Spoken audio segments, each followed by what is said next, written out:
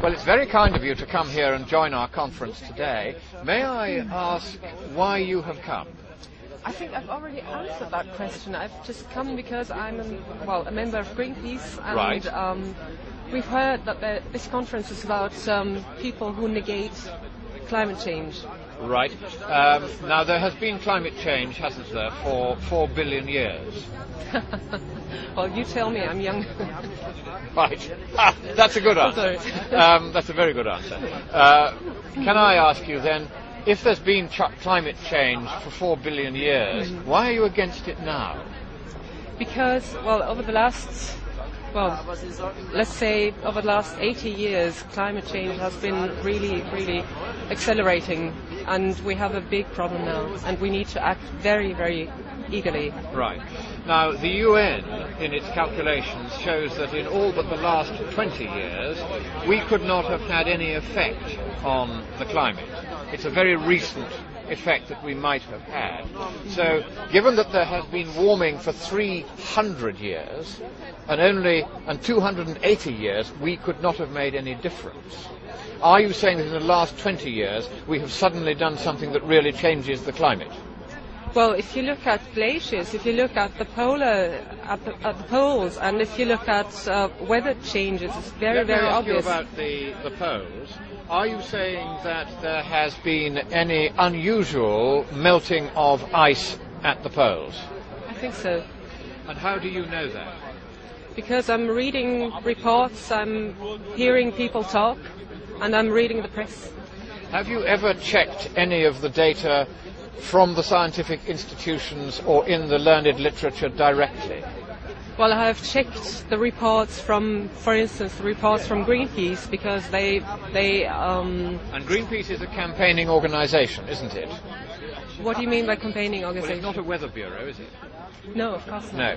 So my question then is, why do you believe reports, whether from Greenpeace or anybody else, without having actually checked them?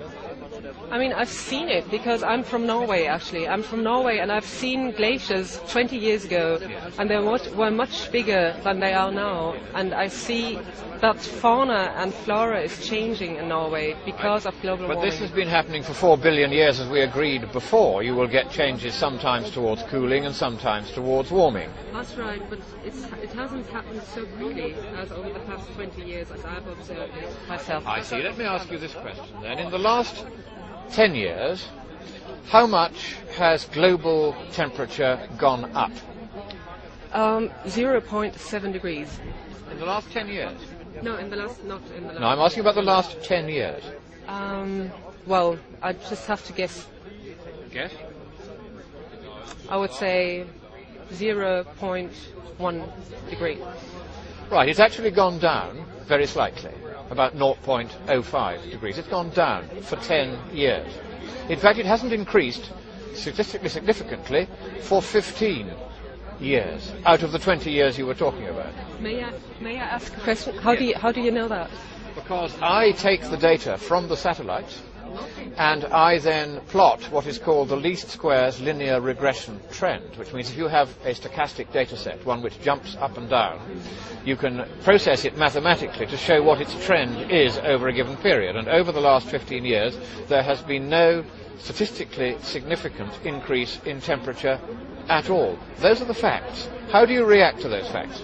I think it's positive thinking, quite honestly. You think it's good news? It's absolutely good news, yeah. If you tell me this, and if this is true. Well, I can assure you that it is true, because there will be no point in my lying to you, because you could so easily check it for yourself. So my next question is, given that we haven't had any global warming for 15 years, and we've had, in fact, cooling for the last 9 years, why do you think it is so urgent that we should suddenly turn the cooling around, or make the cooling go still faster? Well, honestly, I have to check it first, before I can approve of what you say. Right. Actually, I have to go. Would you also be surprised to learn that in the last 30 years there has been virtually no change in the amount of sea ice in the world? I cannot believe this. When you say you cannot believe it, is it for you a matter of faith that there has been a lot of ice melting in the North Pole and the South Pole? It is actually. It's a matter of faith because I haven't been at the poles to check it myself. In that case, do you not think that it would be a good idea to check with, let us say, the University of Illinois, which keeps all the Arctic and Antarctic records?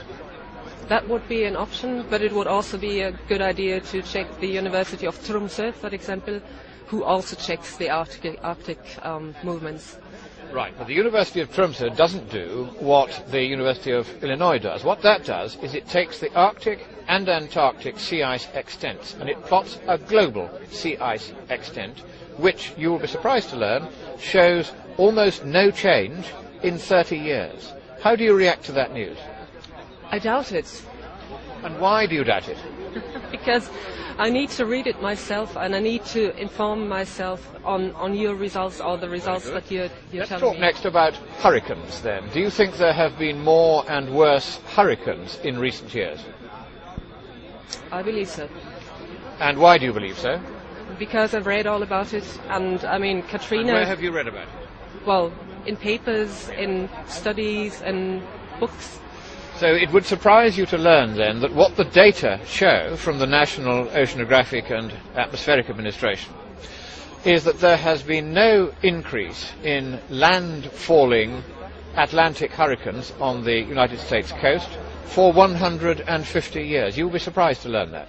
It would be so lovely to believe it. It would be so great. Right, very good. All of these facts I'm giving you, of course, you can check independently, and I'm not making any of this up. Why should I? So here is my next question. Were you aware that the combined frequency, duration and intensity of all the hurricanes, typhoons and tropical cyclones around the world reached its lowest point in 30 years just 2 months ago? I'm very surprised to hear that, yeah. What is interesting to me is that you don't know any of the facts about the climate at all, and yet you are wanting to change it in a particular direction. Can you explain why? Okay, I think we're talking of different planets. I mean, you're talking about a planet where global warming doesn't happen, and I'm talking about a planet where it certainly does happen. But forgive me, I talk about a planet where if I want to know whether global warming is happening or not, I check with the people who keep the actual data. I don't go to the newspapers or to Greenpeace. Why don't you go and check the actual data rather than believing, as a matter of faith, what is in fact a matter of science? But I have faith in organizations like, for instance, Greenpeace. Why? And I don't have, I mean, I have a private life as well, and I have a job life, and I don't have the time to check all, or to call the University of, which one was it? Well, if you want to check the Arctic and Antarctic ice records combined into a global ice anomaly, you go to the University of Illinois. There's a website called Cryosphere Today. It takes 10 minutes to look it up. Okay, So my concern here is that you are campaigning about something which, if you will forgive me, you appear to know absolutely nothing about. But I mean, the majority of the world and the scientists then in your eyes doesn't have anything or doesn't have a clue about what they're talking about. Is that when you what say you're the telling majority me? of scientists, how have you established what the majority of scientists think? Well, I'm reading papers and I'm listening to people who have something to say about global warming. So you have not actually interviewed the majority of scientists? You have not seen any survey which has interviewed the majority of scientists? No, of course not. So you're guessing? No, I'm not guessing. Well, once again, see, in the room where I have just been, there were something like 50 scientists, not one of whom believes one thing or another about science. They check. Because, let me ask you this question. If you were to discover that everything that I said to you about the climate, that we've had global warming, global cooling for 9 years, that we have had less hurricane activity recently than at any time in the last 30 years, that there has been no change in the extent of global sea ice, or virtually no change, for the last 30 years, would you think that therefore the organisation that you believe in has misled you? No. In other words, even if I proved these things to you, you would still prefer to believe a political line given out by an organisation rather than the scientific facts?